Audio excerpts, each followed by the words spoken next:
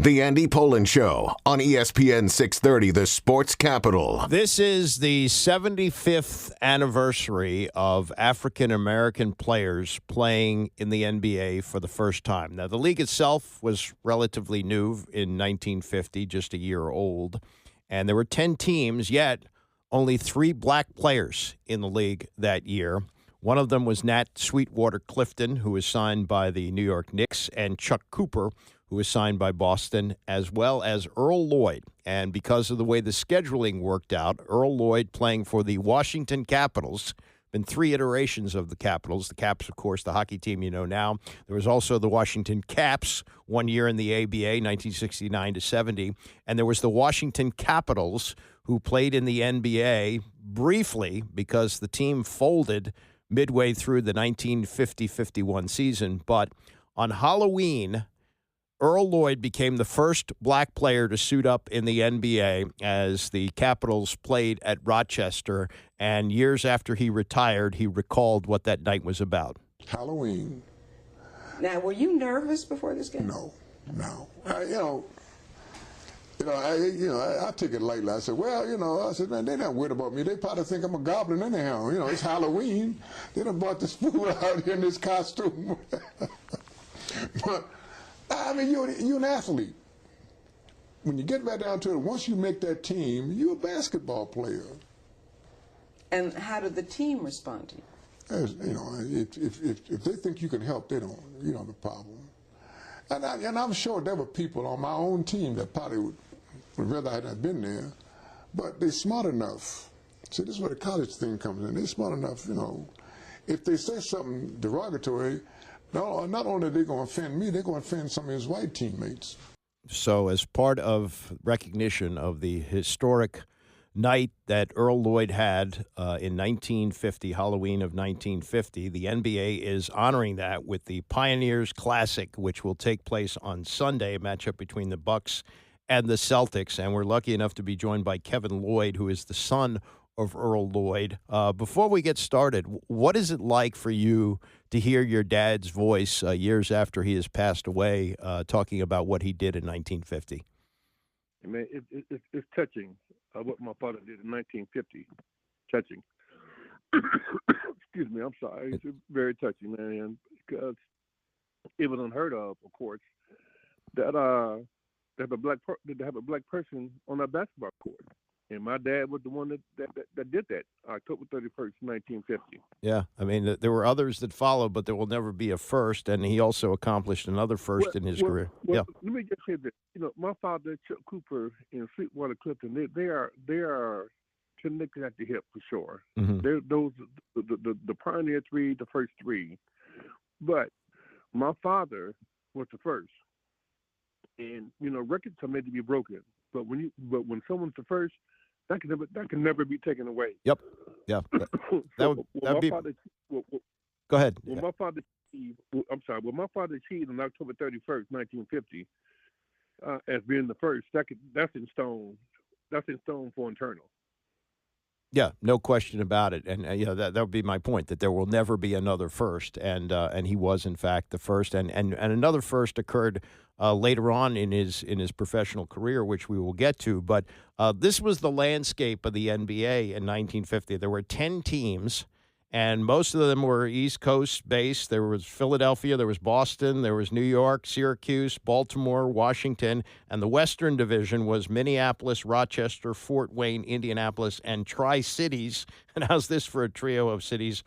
Moline, Rock Island, Illinois, and Davenport, Iowa. I don't know how they put those 3 together, but that was a team. What year did St. Louis come into the equation? St. Louis became that's a good point, because the Tri-Cities team moved to Milwaukee first, then to St. Louis, and now they are the Atlanta Hawks. So that's kind of the evolution of the NBA. And getting to the point of your dad, although there was, and I'm sure it was not easy to go to places like Fort Wayne and Indianapolis in those days. Terrible. Terrible. Yeah, and I'll get to that. At least most of the cities he played in, this is not to say he had it easy in any way, but it was not like going mostly to the Deep South in those days. Right. And so as we look at this, there's some interesting nuggets on this.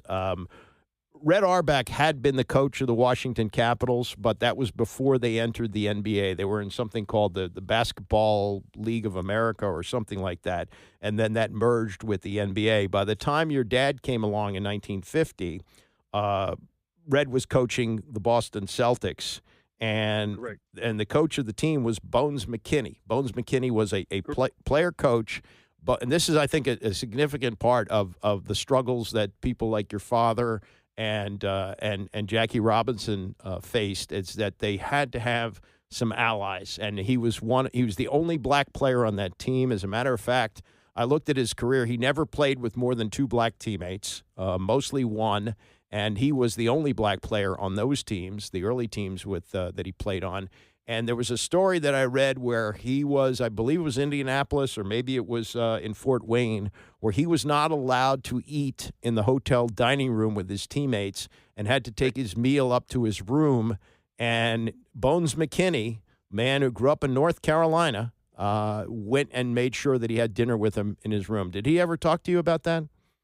Absolutely. My father was touched by that, because during those times, Bones McKinney, he didn't have to do that.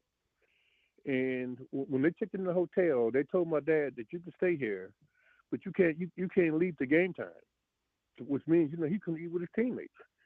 And Bones, came to my dad's room and said, "Hey man, you're not going to eat by yourself today. I'm going to eat with you." And my father told him he appreciated that, but you don't have to do that. Bones, he insisted, "No, we're going to have dinner together," and they had dinner together. And my father never forgot that. Yeah, I mean, it's those kind of acts of kindness, which you'd think nowadays, oh my God, he's banned from the dining room. That's team should have walked out of the hotel. But those were different times, and yeah. Go ahead. You go ahead. No, I don't know what you would add to that. I would just say that I'm sure that your dad, as many struggles as he had, you had to have support. And as he said in the audio that we played there, his white teammates looked at him as somebody they needed. They needed him to win games. That can help the team for sure. Yeah. When my father got to the Capitals, they had guys, UCLA, University of Southern California, University of North Carolina. There's a couple other schools. North Carolina State, and those were heavy hitter schools, heavy hitters. And my father got to camp. He said that after the third day, he knew he belonged. Mm-hmm. Yeah. They used to play. Go ahead. I was going to say that your dad, who's local, actually grew up in Alexandria and went to what became T.C. Williams, and I think is now Alexandria City High School or something like that. Correct. Correct. Yeah, he went to West Virginia State, not West Virginia, West Virginia State, and at that time, I would think, Kevin, that he had to be outstanding to be recognized. Scouting then was not what it is now, and to be a draft pick in a 10-team NBA league, he must have been a spectacular player at that school. Well, he was good. He was a two-time All-American, and I guess one of the scouts, my father played in a conference called the CIAA. Excuse me. In I guess the late 50s. They played the CIAA tournament called Uline Arena in Washington, and I think somebody saw my father from the Washington Capitals saw my father play, and it's like we need to take a chance on him. And I guess the owner said, let's just see how it goes, on draft night. And when Boston took Chuck Cooper and the Knicks took Sweetwater Clifton, my father didn't get drafted to the ninth round. It was either the 99th person or 100th person in the ninth round. Mm-hmm. So they must have threw a dart. They must have threw a dart at the board and landed on my dad.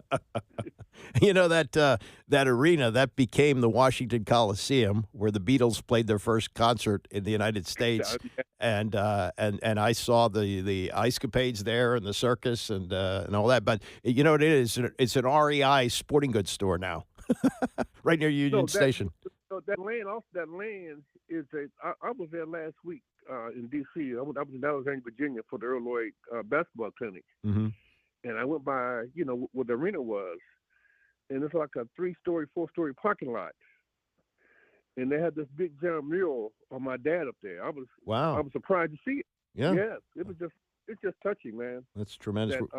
What's going on with my dad right now? We're talking to Kevin. We got Talking to Kevin Lloyd, who is the son of Earl Lloyd, who is part of a great honor that is going to take place this Sunday when they have the NBA Pioneers Classic with the Bucks playing the Celtics to honor his dad, Earl Lloyd, breaking the color line in the NBA. Something that I've heard over the years, I'm sure you've heard this as well, that there were quotas in the NBA at that time. And what they used to say is, I mean, it's a horrible thing to think about, but the word was you play 1 when you're ahead and 2 when you're behind. And right. And so, I mean, to have been considered good enough to be one of the few black players who were actually, allowed, and I put that in air quotes, allowed to play in the NBA. I mean, think about what an exclusive fraternity that would be. Mm-hmm. Absolutely. Yeah. Absolutely. Go ahead. I'm sorry. Ahead. No, you go ahead. Okay, I was just going to move on to his career after basketball. Now, the Washington Capitals folded in the 1951 season, and he had only played 7 games. Earl Lloyd gets drafted into the Army, comes back to the NBA and has a good long career, plays with the Syracuse Nationals, who became the Philadelphia 76ers after the Philadelphia Warriors moved to San Francisco to become the San Francisco Warriors. A lot of movement in the NBA in those days. They wins a national championship, NBA championship with Syracuse. Last couple of years plays with the Detroit Pistons, which leads Earl Lloyd into, I think, as something as significant as becoming the first black player, maybe even more so. He became the first black coach in basketball in the NBA to not be a player coach. Now, to take nothing away from Bill Russell, when Red Auerbach retired as a coach, Bill Russell said, well, you're the only coach I ever played for. I don't want to play for anybody else. And Red said, why don't you coach yourself? And so Russell coached the Celtics, won a couple of championships as a player coach. Your dad was exclusively a coach at a time, and we still face this now, that where we talk about black athletes as being great athletes, have great athleticism, and white athletes as being cerebral. He became a coach based on his smarts, his knowledge of the game. What do you? Correct. What did he tell you about what that meant to him at that time in 1971? Well, let me just say this too. Let me just back up a little. They wouldn't pass out keys, to black coaches like that. You say Bill Russell was he was the first black player coach. Mm-hmm. But before that, my father opened up a lot of doors. So he was also in 1969, 68. I'm not sure what year he became the first black assistant coach in the NBA. Also. Wow. And these are records are documented. You can Google this. Oh, I believe it. He was the first. Yeah. He was the first black. This is for our listeners. But he was the first black assistant coach in the NBA. Then he became the first black bench coach in the NBA. And I thought it'd be just touching because, the teams, we in 2025, and teams just don't give out keys to a team. And they gave it to my father. They gave him a chance. Yeah. Unfortunately, that some good players, Bob Lanier and Dave Bean got hurt, and Dave was out for a period of time. Then Bob Lanier was out for a period of time with a bum knee, and they weren't winning. Yeah. And in any sport that you have, when you're not winning, you know what happens. They show you the door. Yeah. He never. But I just appreciate the Pistons, of giving my dad that chance. Yeah, it was a brief chance. Unfortunately, he got fired 7 games into the following season and never got another chance. Did he want to pursue another coaching opportunity, or was he ready to move on to something else after that? I think deep down that was his passion. He would have liked to coach another team. It just didn't happen. Yeah. And I know he got into education and many other things. And what an exemplary life that he led and expressed. He said, look, whether it's true or not true, that he didn't feel like he was a trailblazer like Jackie Robinson, but he was. And when you think about this, that when he became the first, bench coach, as you say, first African-American bench coach, first assistant, wasn't until 1975 that we had Frank Robinson as the manager of the Indians, and he was a player manager at that point. And the first black coach in the NFL was not until 1989 with Art Shell. So to think that he did that almost 20 years before, it seems insane now, but right, Kevin, that had to be, mind-blowing at the time. Once again, he opened a lot of doors for a lot of black coaches today in 2025. You look down the NBA teams, and I think he may have had 12 or 13 black coaches coaching NBA teams. And when my dad was there as an assistant coach, it was unheard of. He was the only one. Yeah. And then when my dad was coaching in '71, he was the only one. Well, so it just he feels kind of way that he opened the doors for a lot of black coaches. No question. Sure. And the Pioneers Classic will be on Sunday between the Bucks and the Celtics, and you will be back in town on February 3rd when the Wizards take on the Knicks, and they plan to honor your dad then, right? Absolutely. Well, look, it's great talking to you. Very much admire what your dad did, and people should understand that in a league that has mostly African American players these days, that there was a time when the league didn't want them, and it's just hard to get your head around it. But we've come a long way in the past 75 years.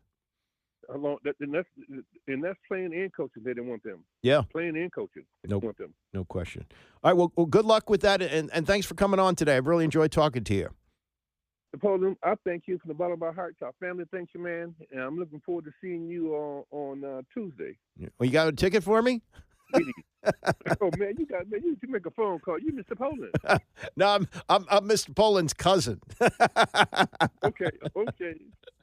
Good speaking with you, and thanks very much for the time. Okay, thank you very much. You have a great day. You too. That's Kevin Lloyd. That's Earl Lloyd's son, and you talk about pioneers. That's someone who's been somewhat forgotten because I think because of the way his career played out, in that he had the initial 7 games, and Chuck Cooper goes to the Celtics, becomes a regular in the lineup. His career is not interrupted by military service. And I know from the time I spent in New York, and that goes back 40 years, but still it's a long time after Sweetwater Clifton played for the Knicks, he was still a household name that people talked about what Sweetwater Clifton did in his days with the New York Knicks. So again, if you're interested in being a part of this, it's going to be February 3rd when the Wizards take on the Knicks, as they will honor Earl Lloyd for that, and then this weekend with the Bucks playing the Celtics.